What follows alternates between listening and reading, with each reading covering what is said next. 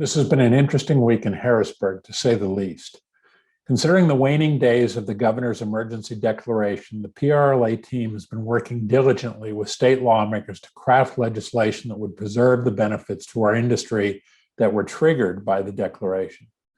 Notably, the automatic extension of premises for alcohol service and cocktails to go are important to restaurants and hotels.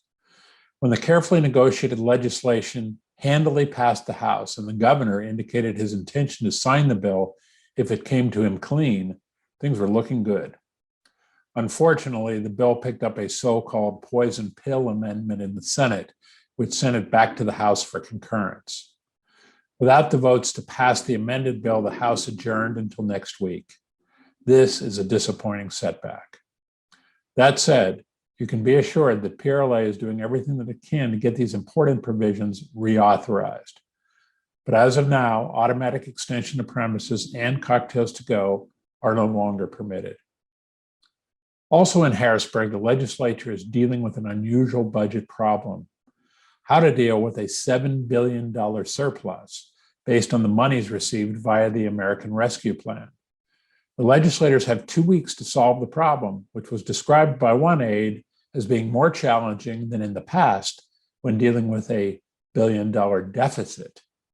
There are a lot of groups looking to get their hands on some of that money, and of course, PRLA is working to get a significant amount of funding dedicated to our industry relief and promotion of travel and tourism into the Commonwealth.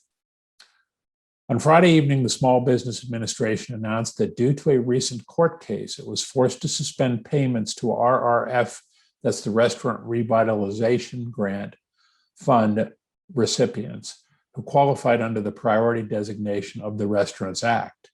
The priority restaurants that already received funding are okay, but those that were in the queue to receive money will likely not be doing so. We're working with our partners at the National Restaurant Association to get the RRF refunded to the tune of $60 billion and think there is a reasonable chance that will happen. For our hotels, we continue to partner with the AHLA, that's the American Hotel and Lodging Association, to pass the Save Hotel Jobs Act, which would provide a PPP-like program exclusive to the hotel industry. With staffing a continued challenge, PRLA has launched a new campaign, Level Up, to target potential employees on the flexibility, growth potential, and opportunities provided by the hospitality industry.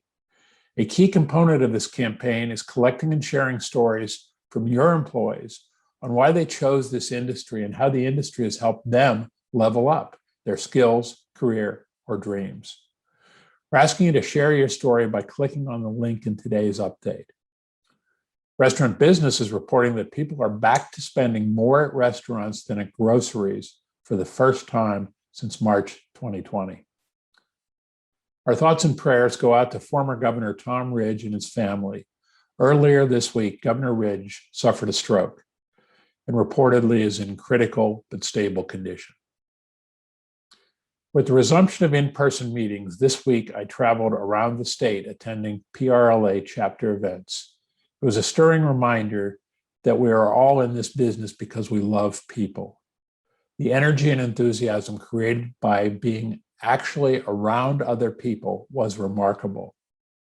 I also marvel at the stories I heard about how businesses survived and in some cases thrived during this past year, arguably the most difficult year in a lifetime for our industry.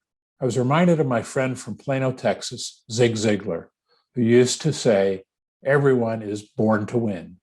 But what separates consistent success from mediocrity is planning, preparing, and expecting to win. Our association, and indeed our industry, is full of resilient, creative folks who were born to win and did. This weekend, as we usher in the first post-pandemic summer, I'll be lifting a glass to the folks in our great industry, winners all. Thanks for tuning into another edition of It Happened This Week. I'm John Longstreet, and I'll see you again next time.